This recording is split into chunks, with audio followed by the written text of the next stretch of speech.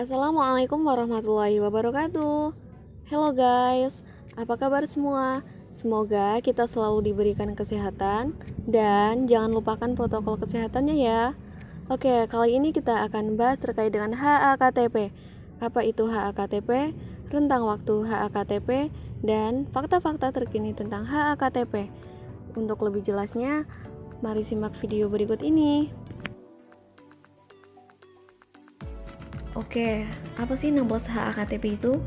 16 HAKTP atau Hari Anti Kekerasan Terhadap Perempuan adalah suatu bentuk kampanye internasional sebagai upaya perlawanan segala bentuk kekerasan terhadap perempuan.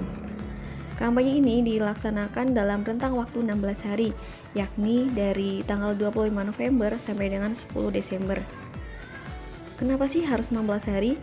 Karena dalam rentang waktu 25 November sampai dengan 10 Desember, terdapat 16 hari sebagai tanda simbolik yang menghubungkan antara Hari Penghapusan Kekerasan Terhadap Perempuan dan Hari HAM Internasional.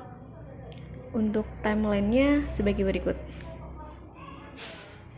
Mari kita bahas satu persatu hari-hari penting yang terdapat dalam rentang waktu 25 November sampai dengan 10 Desember. Pertama, 25 November diperingati sebagai Hari Penghapusan Kekerasan Terhadap Perempuan.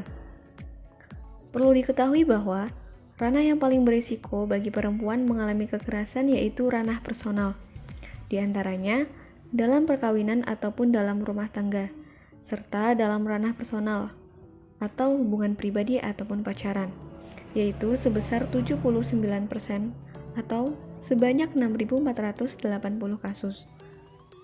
Pada tahun sebelumnya, kasus kekerasan terhadap perempuan di ranah personal terjadi sekitar 75%. Dengan demikian, terjadi peningkatan 4% pada tahun 2020. Ranah personal setiap tahunnya secara konsisten menempati angka tertinggi kekerasan terhadap perempuan yang dilaporkan selama 10 tahun terakhir dan tidak sedikit diantaranya mengalami kekerasan seksual. Kedua, 29 November diperingati sebagai Hari Perempuan Pembela HAM. Faktanya, Komisi Nasional Hak Asasi Manusia atau Komnas HAM mendapatkan 2.331 kasus aduan dugaan pelanggaran HAM selama 2021. Jumlah tersebut merupakan hasil konversi dari 3.758 berkas yang diterima oleh Komnas HAM sampai dengan September 2021. Selanjutnya, 1 Desember diperingati sebagai Hari AIDS Sedunia. Perlu diketahui bahwa jumlah AIDS yang dilaporkan dari tahun 2005 sampai dengan tahun 2021 cenderung meningkat. Jumlah kumulatif AIDS dari tahun 1987 sampai dengan Maret 2021 yaitu sebanyak 131.147 orang, di mana kelompok umur 20-29 merupakan kelompok dengan presentasi tertinggi, yakni sebesar 31,9%. Kemudian diikuti kelompok umur 30-39 tahun, sebesar 31,3%. Selanjutnya, kelompok umur 40-49 tahun, sebesar 14,2%. Dan yang terakhir adalah kelompok umur 50-59 tahun, sebesar 5,5%. Dengan presentasi AIDS pada laki-laki sebanyak 59% dan perempuan sebanyak 33%. Sementara 8% lainnya tidak melaporkan jenis kelamin. Next, 2 Desember diperingati sebagai Hari Penghapusan Perbudakan Sedunia. Fokus dari peringatan Hari Penghapusan Perbudakan ini adalah pemberantasan bentuk perbudakan kontemporer seperti perdagangan manusia, eksploitasi seksual, pekerja anak, kawin paksa, dan perekrutan paksa anak-anak untuk digunakan dalam konflik bersenjata. Di zaman yang telah modern ini, perbudakan masih juga terjadi. Hal ini dikarenakan adanya faktor keterpaksaan, sulitnya akses atau posisi untuk dijangkau, dan masih adanya negara-negara yang tidak concern terhadap isu perbudakan modern. Next, 3 Desember diperingati sebagai Hari Penyandang Disabilitas Internasional. Pemilihan tanggal 3 Desember sebagai peringatan Hari Disabilitas Internasional disahkan oleh Majelis Umum PBB. Setiap tahun, PBB akan membuat tema untuk memperingati Hari Disabilitas. Tujuannya adalah untuk menyamakan hak antara disabilitas dan non-disabilitas. Pada tahun 2020, ada sekitar 15% populasi dunia yang hidup dengan disabilitas. Hal ini mencakup sekitar 93 juta anak-anak dan 720 juta orang dewasa dengan kesulitan fungsi yang signifikan. Data global menunjukkan bahwa tingkat pekerjaan lebih rendah untuk laki-laki penyandang disabilitas sebesar 53% dan perempuan penyandang disabilitas sebesar 20%.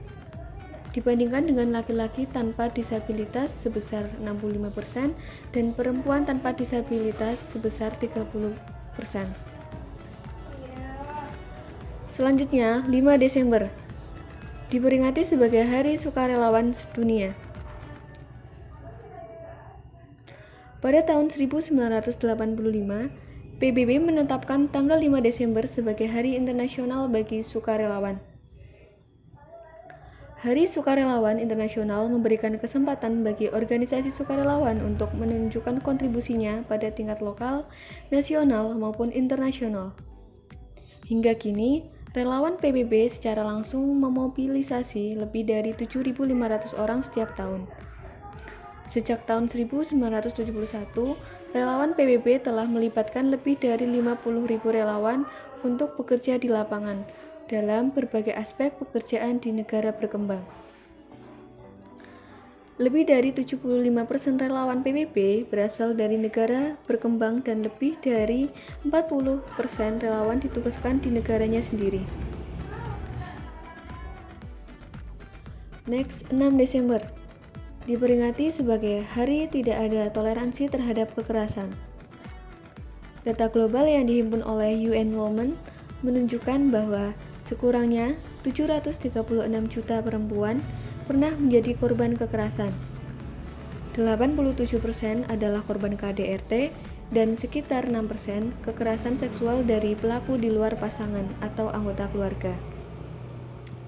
Secara global, perempuan miskin dan dari kelompok marginal lebih rentan pada kekerasan, dan kurang dari 40% perempuan korban kekerasan mau melaporkan kasusnya. Terakhir, 10 Desember diperingati sebagai Hari Hak Asasi Manusia Sedunia. Hingga kini, kasus pelanggaran HAM di Indonesia masih saja terjadi.